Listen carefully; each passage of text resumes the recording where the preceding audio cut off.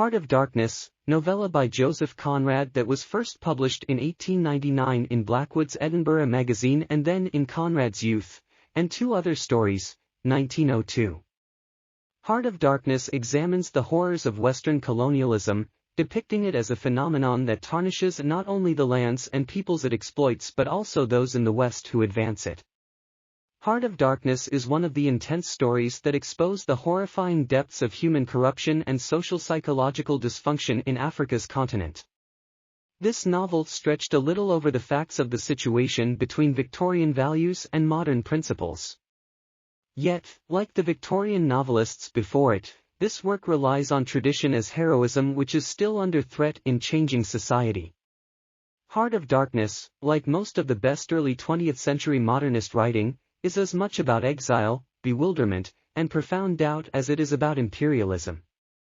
Although garnering an initially lackluster reception, Conrad's semi-autobiographical tale has gone on to become one of the most widely analyzed works of English literature.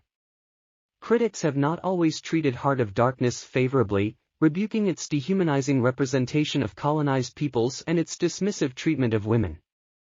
Nonetheless, Heart of Darkness has endured, and today it stands as a modernist masterpiece directly engaged with post-colonial realities. Heart of Darkness tells a story within a story. The novella begins with a group of passengers aboard a boat floating on the River Thames. One of them, Charlie Marlowe, relates to his fellow seafarers an experience of his that took place on another river altogether, the Congo River in Africa. Marlowe's story begins in what he calls the sepulchral city, somewhere in Europe.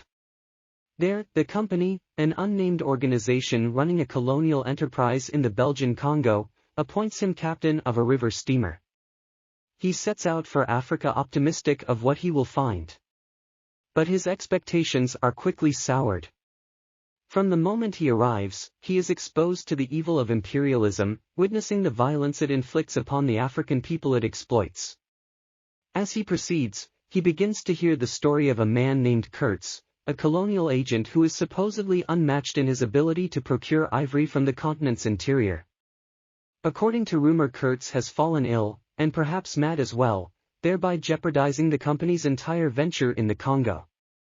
Marlowe is given command of his steamer and a crew of Europeans and Africans to man it, the latter of whom Conrad shamelessly stereotypes as cannibals. As he penetrates deeper into the jungle, it becomes clear that his surroundings are impacting him psychologically. His journey is not only into a geographical heart of darkness, but into his own psychic interior, and perhaps into the darkened psychic interior of Western civilization as well. After encountering many obstacles along the way, Marlowe's steamer finally makes it to Kurtz. Kurtz has taken command over a tribe of natives who he now employs to conduct raids on the surrounding regions. The man is clearly ill, physically and psychologically. Marlowe has to threaten him to go along with them, so intent is Kurtz on executing his immense plans. As the steamer turns back the way it came, Marlowe's crew fires upon the group of indigenous people previously under Kurtz's sway, which includes a queen figure described by Conrad with much eroticism and as exoticism. Kurtz dies on the journey back up the river, but not before revealing to Marlowe the terrifying glimpse of human evil he'd been exposed to. The horror, he tells Marlowe before dying. Marlowe almost dies as well, but he makes it back to the sepulchral city to recuperate. He is disdainful of the petty tribulations of Western civilization that seem to occupy everyone around him. As he heals, he is visited by various characters from Kurtz's former life, the life he led before finding the dark interior of himself in Africa. A year after his return to Europe, Marlowe pays Kurtz's partner a visit. She is represented, as several of Heart of Darkness's female characters are, as naively sheltered from the awfulness of the world, a state that Marlowe hopes to preserve. When she asks about Kurtz's final words, Marlowe lies. "Your name," he tells her. Marlowe's story ends there. Heart of Darkness itself ends as the narrator, one of Marlowe's audience, sees a mass of brooding clouds gathering on the horizon, what seems to him to be part of an immense darkness. On the most superficial level, Heart of Darkness can be understood through its semi-autobiographical relationship to Conrad's real life. Much like his protagonist Marlowe, Conrad's career as a merchant marine also took him up the Congo River. And much like Marlowe, Conrad was profoundly affected by the human depravity he witnessed on his boat tour of European colonialism in Africa. But it's overly reductive to boil Heart of Darkness down to the commonalities it shares with Conrad's own experiences. It would be useful to examine its elements crucial to the emergence of modernism, for example. Conrad's use of multiple narrators, his couching of one narrative within another, the story's achronological unfolding, and as would become increasingly clear as the 20th century progressed, his almost post-structuralist distrust in the stability of language. At the same time, his story pays homage to the Victorian tales he grew up on, evident in the popular heroism so central to his story's narrative.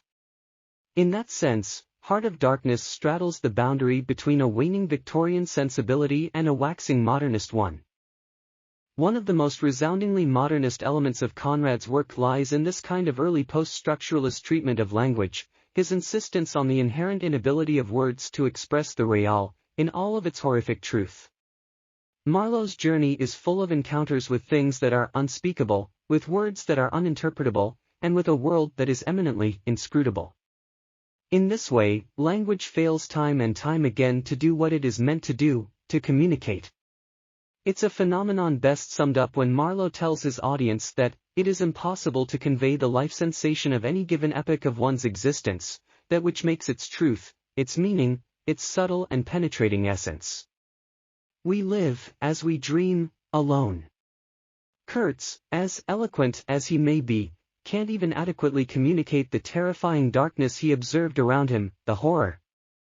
The horror is all he can say. Some critics have surmised that part of Heart of Darkness's mass appeal comes from this ambiguity of language, from the free rein it gives its readers to interpret. Others posit this as a great weakness of the text, viewing Conrad's inability to name things as an unseemly quality in a writer who's supposed to be one of the greats. Perhaps this is itself a testament to the Heart of Darkness's breadth of interpretability. Examining Heart of Darkness from a post-colonial perspective has given way to more derisive critiques. As Achebe put it, Conrad was a thoroughgoing racist, one who dehumanized Africans in order to use them as a backdrop against which to explore the white man's interiority. Achebe is right. Although Conrad rebukes the evils of colonialism, he does little to dismantle the racism that undergirds such a system, instead positing the indigenous people of Africa as little more than part of the natural environment. This work has been held up as one of the West's most insightful books on the evils of European imperialism in Africa, and yet it fails to assign any particularity to African people themselves. Feminist discourse has offered similar critiques, that Conrad has flattened his female characters similar to the way he's done so with his African ones. Women are deployed not as multidimensional beings, but as signifiers undistinguished from the field of other signifiers that make up the text. They are shells emptied of all particularity and meaning, such that Conrad can fill them with the significance he sees fit. The African queen becomes the embodiment of darkened nature and an eroticized symbol of its atavistic allure. Kurtz's intended, meanwhile, is just a signifier for the illusory reality of society that Marlowe is trying to protect against the invading darkness of human nature. Neither woman is interiorized, and neither is named, a rhetorical strategy that seems less about Conrad illustrating the failures of language than it does about him privileging his masculine voice above any possible feminine ones. Much contemporary analysis, the aforementioned post-colonial and feminist critiques included, is centered not on text itself, but on other commentaries of the text, thereby elucidating the way that discussions in academia might unwittingly perpetuate some of the work's more problematic elements. Thus, Heart of Darkness is occupying an ever-changing position in the literary canon, no longer as an elucidatory text that reveals the depths of human depravity, but as an artifact that is the product of such depravity and which reproduces it in its own right. Heart of Darkness is considered one of the first early modernist novels, as it is written in an innovative and experimental way, marking a break from the literary traditions of the Victorians. Heart of Darkness is important because it offers a rich and complex insight into the horrors of imperialism and its impacts. A reflection on corruptive European colonialism and a journey into the nightmare psyche of one of the corrupted, Heart of Darkness is considered one of the most influential works ever written.